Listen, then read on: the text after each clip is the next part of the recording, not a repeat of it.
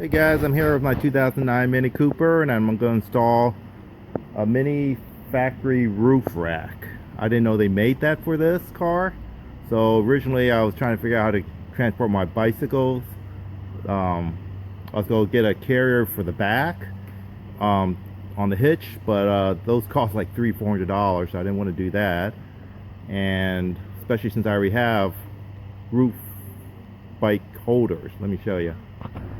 So I already have two spare ones of these, and originally I was thinking of doing what I did with my on my Nissan, is just get a Yakima rails, cross rails, and basically it just that just hooks underneath the gutter. But for me to buy another whole system like that was costing almost like $600-800, so I didn't want to do that. So I stumbled across the roof racks for the Mini. So these are the roof racks for the Mini. This is a lot cheaper way to go. I paid about a little over $200 for these, but if you look online you could probably get them for about $170. But be careful for the ones that are really cheap. I think like $160, maybe cheaper than that, or $170. They might be coming directly from China, so if something's wrong with them, you might have trouble returning them. So I got these locally, not locally, but in the United States. So if there's a problem with them, I could easily return them. So the kit comes with this little box here, and comes with an instruction book, and in the box comes with all these tools. These are the tools. So basically you have this to tighten the bolt, and it has this not self-torquing, but it has markings so you could torque it correctly. You have the install tool to pop it in, because you have to pop it in. It's like cleats that you have to pop it in, they use. You have a plastic card to help remove the rubber piece, some tweezers, some keys to lock it. This is to remove the plastic covers. So if you ever take your rack off, you have to move some of the rubber stripping. So if you ever take your rack off and you want to cover up those little rubber, the blank piece, where there's no rubber, you put these in place, and you use this little tool to pull them off when you want to put your rack back on. A wrench. This wrench fits so you can adjust and put your the rack, the Allen bolts underneath it. So the first thing, actually there was a video on YouTube. It's by Alexandria Passport Mini, and there's an install guy there installing the rack, and it's actually a pretty good video. So it did come with this one insert piece of paper, probably stuff they forgot to put in the manual. So they tell you the distance to where to find those to strip off those little pieces of plastic. So it's in metric, so I converted it. So it's 13.8 inches from the A pillar, and then the other one is, for my car, is from the front one to the next one where I have to take off the plastic. It's 27.2 inches. So let me measure about 13.8 inches and put some blue tape, and then just look for low plastic to pull off. Okay, this is where I measured 13.8 inches from the back of the pillar here, and I wasn't finding it. And what the guy says is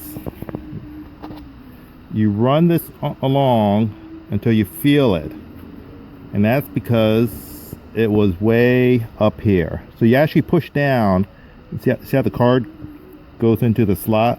That's where the hole is. So that 13.8 is not actually from the back of the pillar. Let me measure it. Okay, to the front of where this slit is, where one of the holes is about 13.8 or 13.75 to the front tip of the A pillar.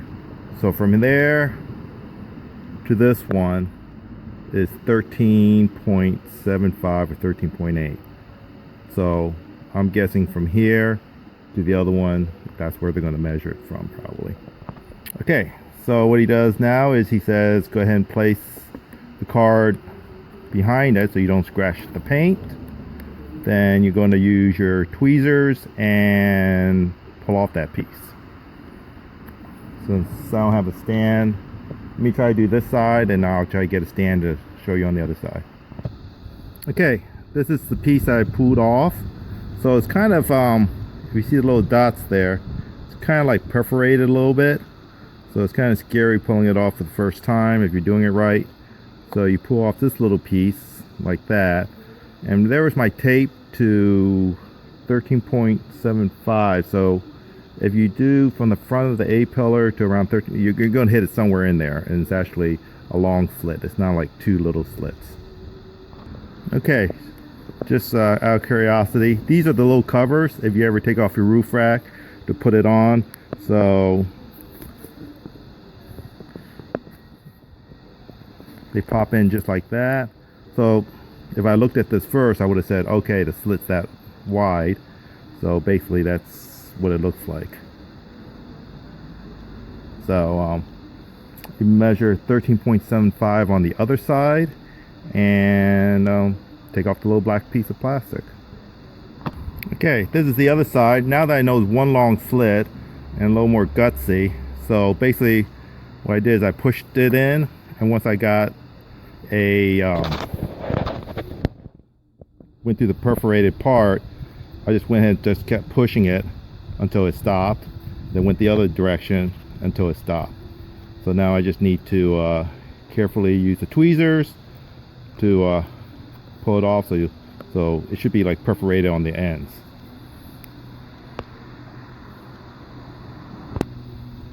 Okay, I got this side off, and when I pull these off, you don't want to pull upward because you don't want to keep ripping. Just actually rip it. I don't think it will because it's not perforated, but I just did a kind of a pull so that way it rips. This went a little cleaner than this side did, but should be fine. Okay, watching that Passport Mini Auto, Passport Alexandria Mini, the guy installing his, he says there's a front and rear ones. So basically the ones with the spoilers you see here goes to the front, and this one doesn't have spoilers, and that one goes on the rear. And then make note of which one is passenger side, which is this side. So that will go on passenger side, and this one will go on the front. So you get some keys. So let me go ahead and unlock these on both sides. Okay, I got both sides open. Use the key for that. Horizontal is unlocked, vertical is open. No, horizontal is unlocked, vertical is locked. Okay, so you get this tool. You can loosen that until, don't take the nut off until this pops open. Okay, I see what happens. As you loosen this, see how this is keyed? So normally when you tighten this down, it would bring these two pieces together. So this is where the key is. That gap would close up. So if you tighten that down, that gap closes, which will lock it in. So let me show you the other side, which I didn't loosen yet.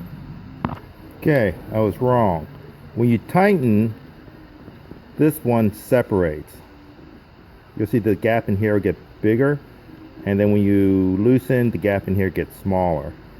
So basically, let me loosen this one.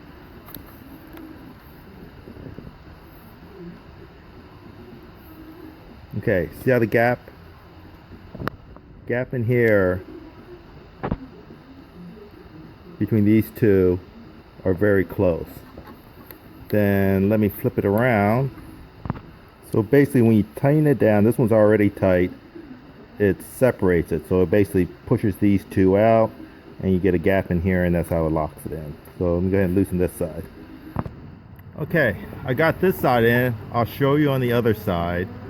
I want to make sure I was doing it right and finessing it in, and what the little secrets are in getting this thing in. So so this side I got in, and what I did is I tightened it down, but I didn't do it to the torque. It has the little torque things here. so I didn't torque it down. So I'm just going to tighten it down a little bit because I think I want some free play a little bit, not like the guy did in the YouTube Passport Alexandria mini video. So I think he went a little bit of play because he tightened down one side and he couldn't get the other side down, and he had to undo the rail bolts to do the other side. So I think I can get the other side in as long as this side has a little bit of free play. And let me go get a thing to hold my phone here. Okay. Can't tell if I'm recording. Okay, so you probably need to protect this area when you're working, trying to get the other side in, because actually this was sitting up here, you know, the metal part. So put some tape down or something so that way that's not happening. So I had to actually like stretch it to get this thing down all the way down here, basically. And what I did with the other side is I didn't use the tool to pull it down to snap it in yet till the end, but I was able to just finesse it in using my hands. So I'm gonna try that again. If not, then I'll use the tool.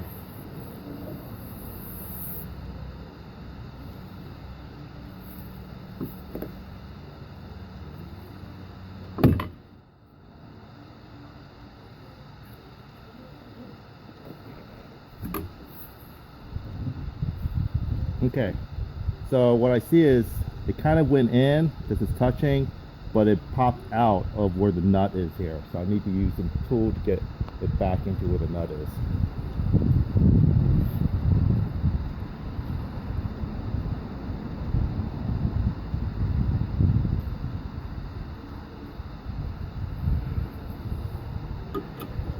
So you hook it on that upper part. And it says to push it down.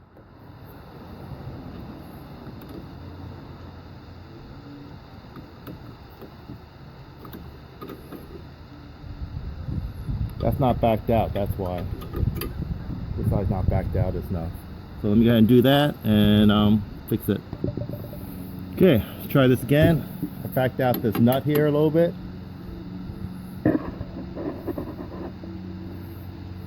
More, but you can see that I need to pop this in, so I'm going to try using the tool to do that.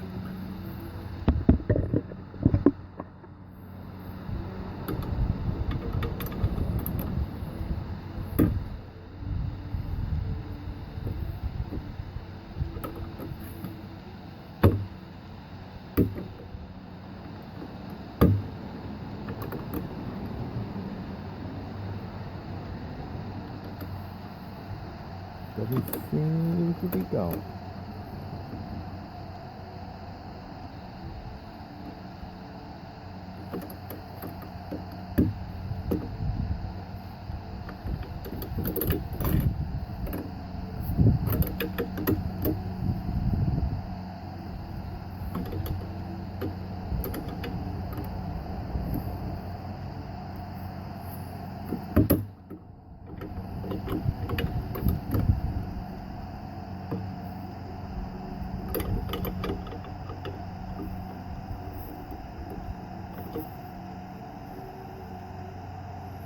I can see this side's not going in, so I'm going to try to do what he said, is go ahead and loosen these Allens.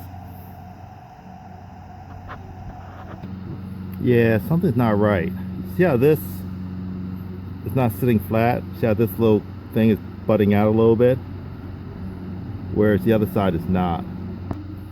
Okay, here's the first side. You see this is fine. The other one side has this, it looks like almost like a tooth sticking crooked. So let me see what's going on there. Okay, on this side, remember it was all messed up, so basically I just loosened it, pulled it back out, reinserted it, and basically I did not use that tool. And basically just like once you get it lined up with the slot, I just use my palm and you smack it in there, so it puts a nice good force on both of them. So now you see it's not like a funny tooth sticking out here. It's actually flat. So now you can use this tool, and we're gonna see how the little torque thing is off here. So you're just gonna do it until those things line up. like that. Don't need more than that. And let me torque the other side. Oh, so basically just use your thumb, work your way across and push it on. Sliding it is just too much friction, so this is the easiest way to do it. Okay, for the one in the back, I measured 27.25 inches from the middle here, where the front of the rack is, to here, and I ran ahead and ran that little piece of plastic in, and you can see if you do that 27 3/4, you're gonna hit it somewhere like that. That's where it is. Okay, don't forget to retie those 2 bolts that was in the front. So I'm all set. Peeled off the rubber on both sides for the back, so I'm gonna go ahead and install the back, see how that goes.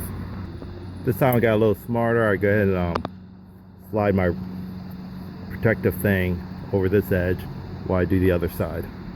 Okay, I was having trouble getting this in there, and you can see before there was like a big old gap, probably about this big, and try using this tool.